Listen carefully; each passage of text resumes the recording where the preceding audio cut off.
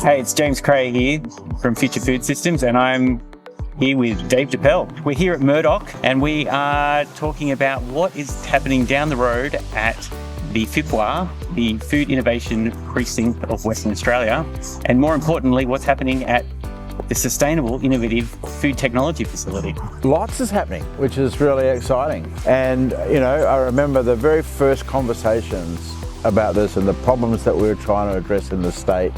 Market failure for small manufacturers who were maybe working out of their home kitchen license, selling at a farmer's market, or trying to get into a few IGA supermarkets and things like that. And just for them to get to the next step, they really had to leave Western Australia. It's been a challenge for the state, I think, to create an ecosystem and a critical mass of people in the food industry, because we've just not had this way to help graduate people from an SME to the next level and have them maintain their quality and still be proud of their product and have control of it. Yeah. It's incredible what's the work that's been happening there.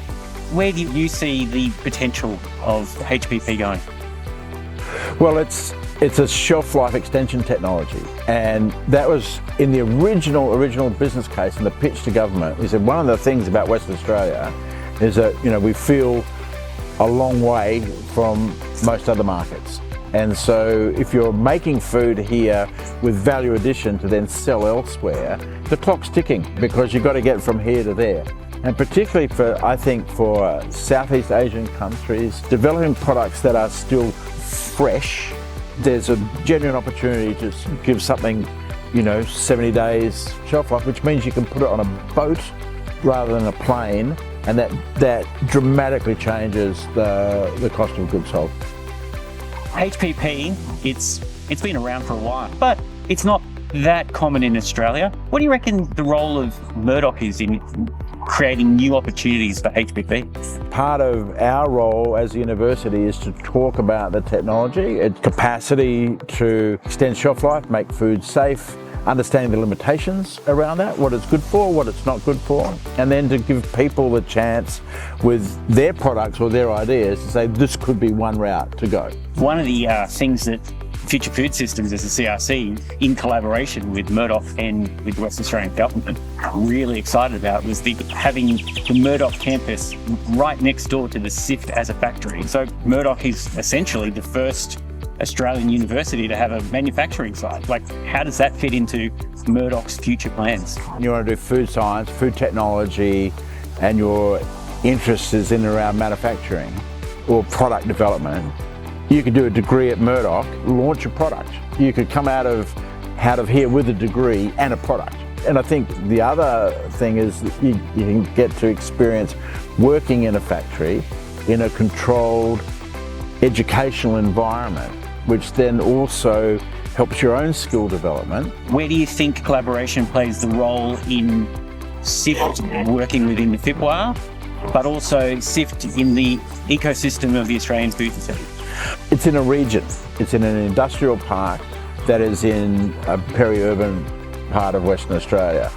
So I think the collaboration opportunity is to reach out into that hinterland to, in particular, smallholder farmers or growers, grains growers, whatever you're doing, to say, can we collaborate with you? Can you as create a co-op or your own cluster of companies?